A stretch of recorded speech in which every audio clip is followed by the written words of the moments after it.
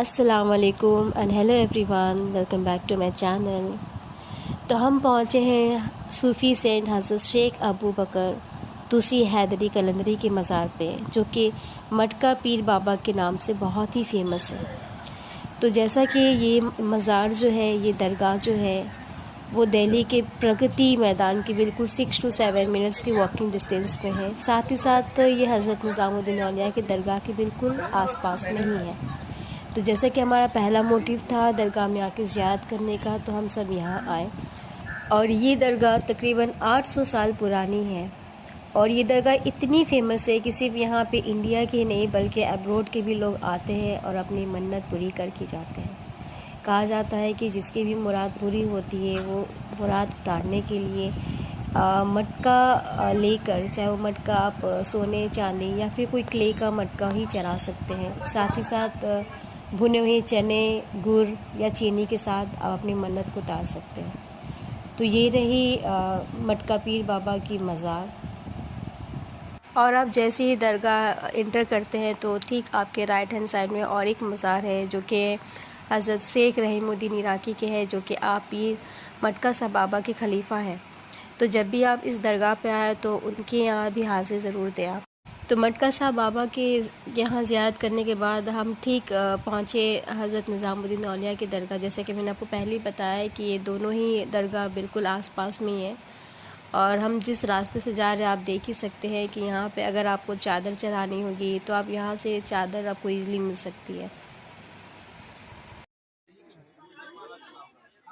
तो यहाँ हमने इसी दुकान से फूल के टोकरे लिए दोनों मज़ार पे चढ़ाने के लिए। और इसी दुकान पे हमने अपनी चप्पलें उतार के रखी और फिर हम अंदर जाने की तैयारी में लग गए। तो यहाँ से हम अभी दरगाह के अंदर एंट्री करने वाले हैं। और जैसे ही आप इंटर करते हैं तो ठीक आपके राइट हैंड साइड में कुछ रूल्स लिखे हुए हैं जिसे हमें फॉलो करना पड़ता है। तो आप भी जब आए तो ये रूल्स ज़रूर फॉलो करें।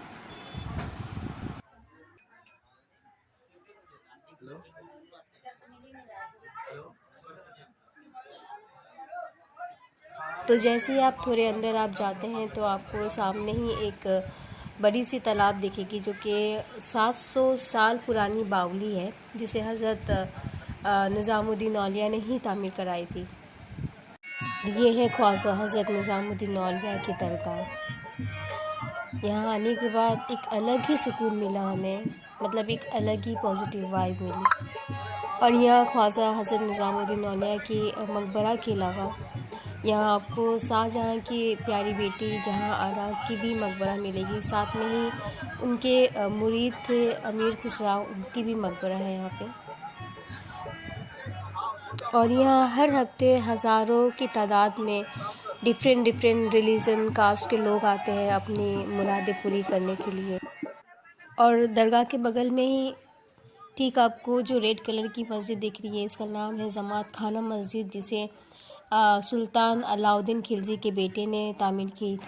और दरगाह के बिल्कुल सामने ही है उनके मुरीद अमीर खुसराव की मकबरा।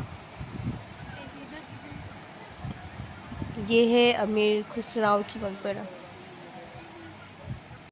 तो दरगाह की ज़ियारत के बाद हम पहुँचे थे कुतुब मीनार के लिए, बट जब पहुँच के देखा, ओ माय गॉड, यहाँ इतनी भीड़ लगी हुई थी और सारे टिकट्स के लिए लाइन लगे हुए थे। नॉर्मली हमने ऑनलाइन टिकट भी बहुत ट्राई किया बट हमें मिला नहीं। फिर बाद में हमें भूख भी लगी थी, तो ठीक कुतुब मीनार के पास में ही एक रेस्टोरेंट है कुतुब, हम वहाँ आए लंच करने के लिए। और यहाँ भी हमें लंच कुछ ढंग का मिला नहीं।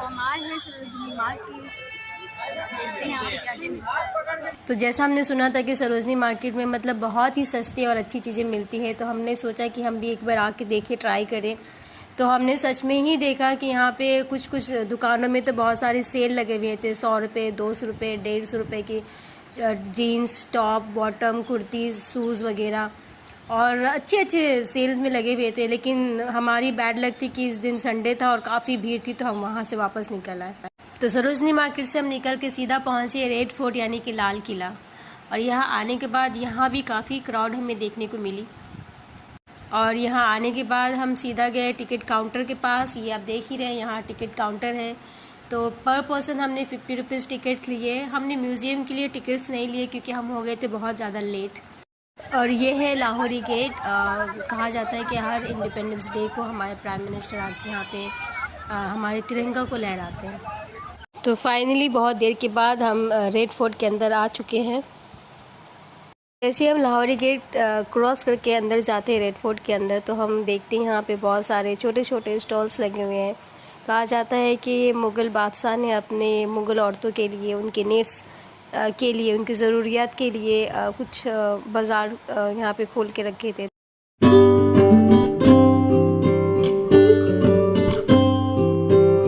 और ये है नौबत खाना यानी कि ड्रम हाउस। हमने देखा कि एक फ्लोर लेवल का बोर्ड लगा हुआ था, मतलब अभी जो भी फ्लोर ऊंचा है, जो ओरिजिनल फ्लोर काफ़ी नीचे थी। हाँ। और ये है दीवाने आम, जहाँ मुग़ल शहंशाह अपने अवाम यानी कि अपने लोगों के साथ मिलते थे, उनसे बात करते थे और उनकी प्रॉब्लम्स को सॉल्व करते थे।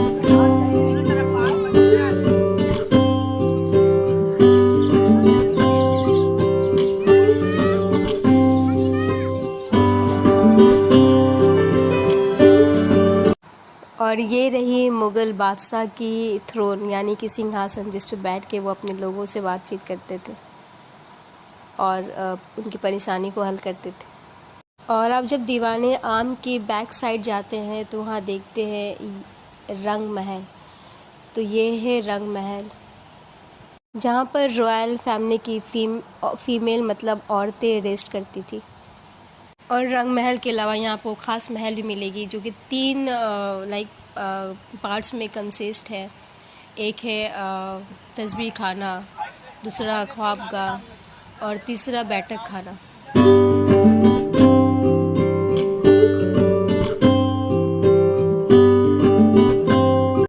अब हम पहुँचने वाले हैं दीवाने खास की तरफ, जहाँ मुग़ल बादशाह अपने ख़ास लोग यानी जैसे कि मिनिस्टर हुए, वज़ीर हुए, उन लोगों से सुलह मशवरा करते थे, इम्पॉर्टेंट बातों पे एडवाइस लेना, फ़ैसले करना, तो वो सारी चीज़ें होती थी। और ये रहा हमाम लाल किला, मतलब हमाम जहाँ मुग़ल एम्पायर शावर लेते थे। और ये है मोती मस्जिद। और ये जो पूरी गार्डन एरिया आपको दिख रही है, हयात बख्श बाग है। और जैसे हम थोड़े क्रॉस होते हैं तो हमें यहीं से दिखती है ज़फ़र महल। मैं आपको दिखाती हूँ। और ये रहा ज़फ़र महल।